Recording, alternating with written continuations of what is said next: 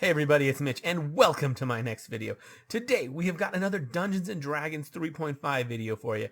And today, we are going to be taking another look at the Dragon Shaman from the Player's Handbook 2. And we are going to look specifically at their auras, their Draconic Aura ability. Now, the Draconic Aura ability is, it's an interesting one. It's something that they get at first level. They're able to have an aura active 24/7 as long as they're well, not 24/7, but anytime they're conscious. So it'll work, if you're awake, if you're not dead, are kind of the main things that can stop you from that. If you get stunned, it'll still work. You can't activate it while stunned, of course, but if you had activated it prior, it will continue working even while stunned, which is kind of nice. So let's and in order to activate it, it's the swift action, which is pretty much nothing. You can dismiss it as a free action. You can put another one on just as a swift action. So yeah, and then your old one will just automatically turn off because you can only keep one on at a time. And they're all useful. Every single one of these auras is useful. You start out at first level knowing 3 of them, and then you gain one every 2 levels thereafter, so every odd level, until 9th level where you get your last one, at which point you just know all of them. And they're all good. So let's go into detail about each and every one of these. So first off, another thing about them is they start off as a +1 bonus, but at 5th level, and every 5 levels thereafter, it goes up by another +1. So it's +2 at 5th level, +3 at 10th level, +4 at 15th level, and +5 at 20th level. I'm not sure if it continues in Epic or not, but that's definitely how it works for pre-Epic, which is pretty nice. Again, let's go into what each and every aura gets. So first off is power.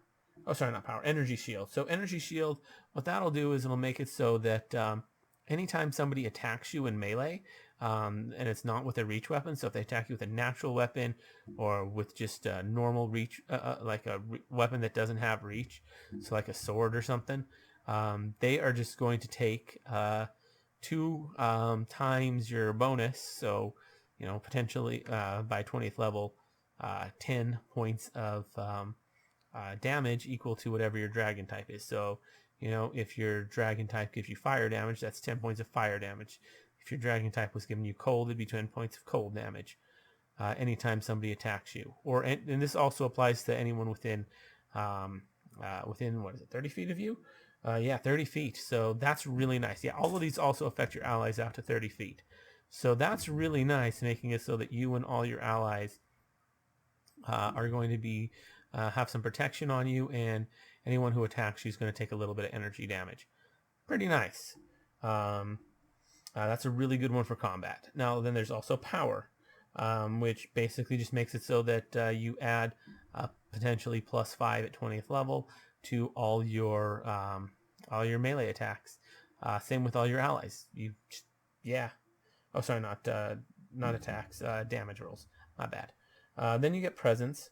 Presence is one that you're really going to want to use in town. This isn't really good in combat, but this is one that you'd be using in town, like when you're dealing with shopkeepers, or if you're doing some sort of role-playing moment. Presence would be an aura you would want to have active because it gives you a bonus, again at 20th level, +5, to every single one of your charisma-based skills. So bluff, diplomacy, and intimidate, all 3 of them. So you and everyone within 5 feet, within 30 feet of you, or all your allies are going to get these nice bonuses, and it's just going to, make it so you get do a little bit better with your role play stuff. You're going to be acing those diplomacy rolls and all those intimidate rolls and your bluff rolls. So you're going to be able to really do a lot better. So then there's also resistance. Resistance is another one. It gives you energy resistance 5 times your 5 times your bonus type. So to whatever energy type. So again, if it could be fire, ice, whatever. Whether you use this one or the other one kind of depends. Like if you're fighting fire creatures, well, you're going to want to use the defensive one, give yourself energy resistance so you don't take the damage. But if you're fighting again, because you're not going to want to do fire damage, they're probably immune. But if you're fighting cold creatures, then you're going to want to do those damage. They're not doing fire damage. So that one really depends on what you're fighting. But yeah, this one, it'll let you have energy resistance potentially up to 25, which isn't bad. Not bad at all. That almost keeps par with the spells, energy resistance and energy resist mass, or resist energy mass. Almost as good as that. Plus this is, free. You don't have to spend resources.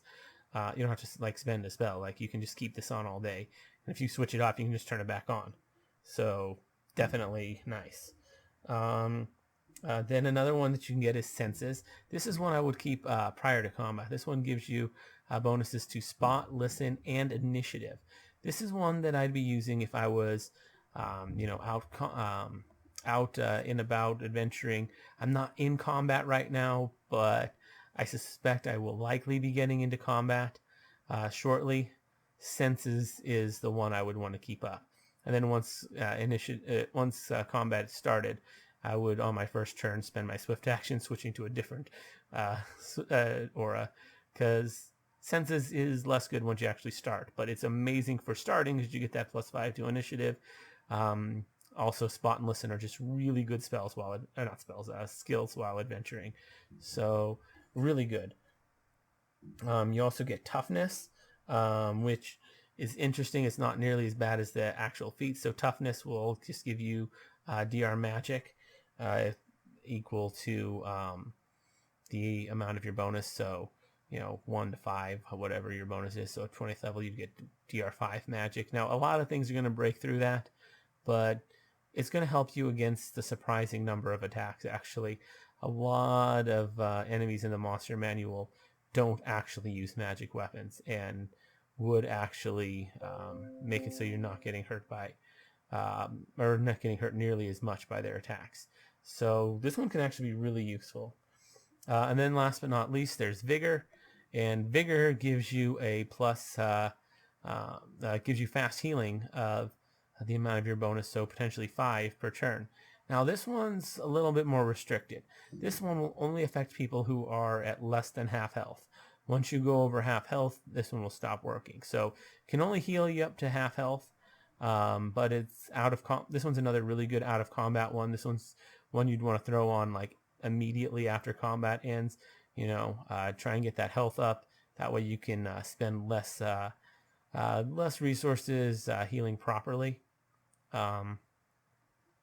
So this one will save you some healing resources, or you can do it during combat if you wanted. If you're starting to get really hurt and you're just like, okay, I really need to get these hit points up and I need to get them up fast. It's not great in that situation, but it can help in a last-ditch effort.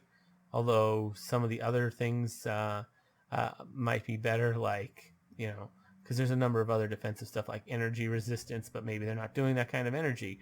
Or the one that gives you DR, but maybe they can bypass DR magic. If your defensive ones aren't really helping you out in that particular situation and you're at low HP, yeah, I can see using Vigor in battle. That could actually help. But more often than not, it'd be more of an out-of-combat thing to try and save some resources, get you up to half health, which isn't great. You ideally want to be at full, but that can be useful, especially for free. So yeah, that's really all I got to say about the Dragon Shaman's Dragon Aura. Fairly simple for the most part. Let me know what you guys think down in the comments below. If you enjoyed the video, consider giving it a like. Maybe subscribe to the channel for more videos like this. We do a ton of D&D 3.5 stuff where we go over all sorts of things for D&D 3.5, doing every single class, race, and prestige class.